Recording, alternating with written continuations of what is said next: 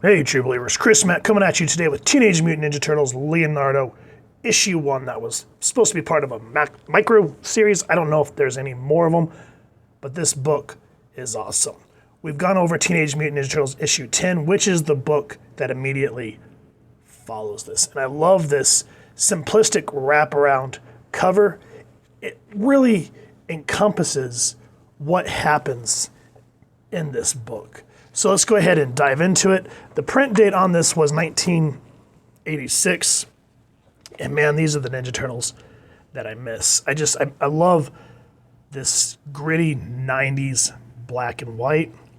And this book at first feels like there's some levity to it because the Turtles are celebrating Christmas, this is supposed to be their second Christmas, I believe.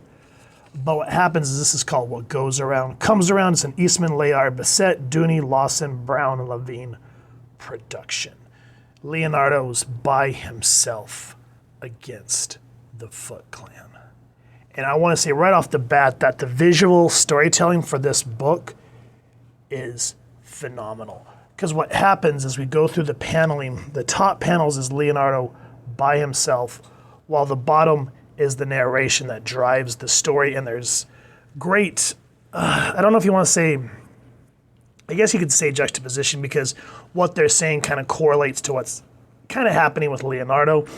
And I could see where they got the ideas for the first Turtle movie where Raph's by himself while the Turtles are down in April's dad's antique shop.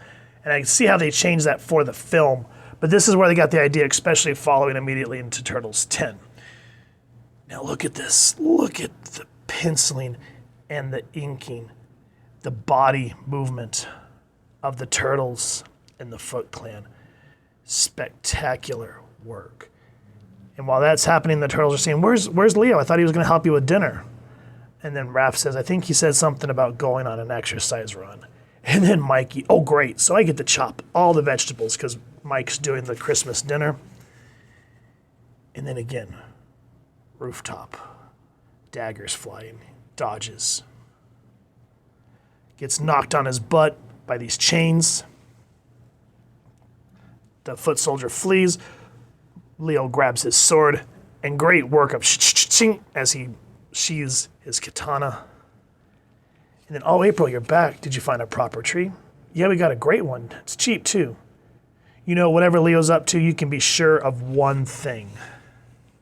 Once he gets an idea in his head, he's going to follow it through to the bitter end.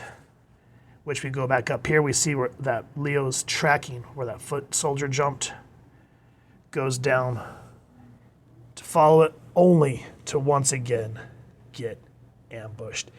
And to me, you'd think that's like a fool's errand, but that's Leo. He doesn't want to lead these guys back to his brothers and where they're living, so he wants to take this on, and that's just how Leonardo is.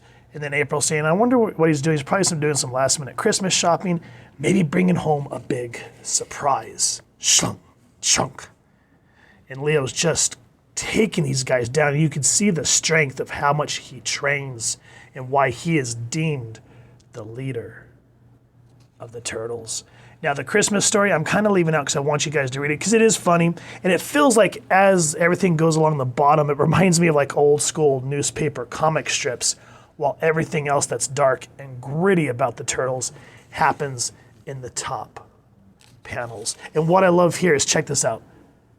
One of them throws some shurikens, and even though Leo's katana gets damaged, look at that. Ching ching. That's like some Deadpool level skill there to be able to block 2 shurikens automatically.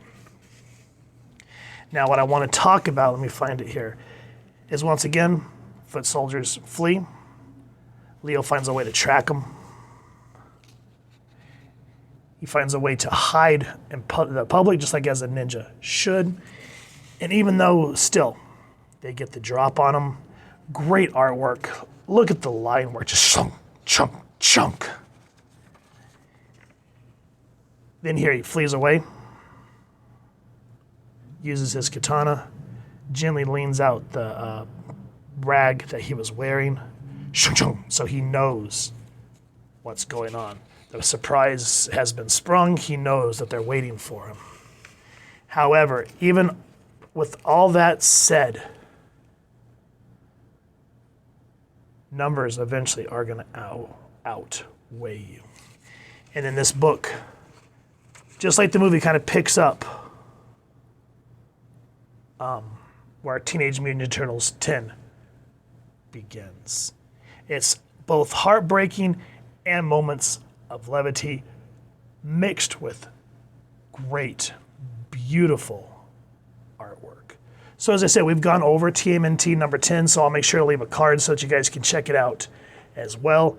And to just look at this as a standalone, awesome comic book. So if you've enjoyed what you've seen, please first and foremost support your local comic shop and grab a copy or wherever you like to pick up your books. And if you've enjoyed this review, we really would appreciate it if you take a moment to like, share, and subscribe. Helps the club channel more than you could possibly know. And if you won't mind hitting that fancy little cowabunga bell next to subscribe, that way as we continue to book content, you guys get notified. Come to the channel, and we love talking with you on hearing your thoughts and feedback down in the comments below or our social media pages, which I'll make sure to leave the links down in the description. So with all that said, thank you all so much for stopping by. Hope you all continue to have an absolutely amazing day reading, and happy hunting, true believers.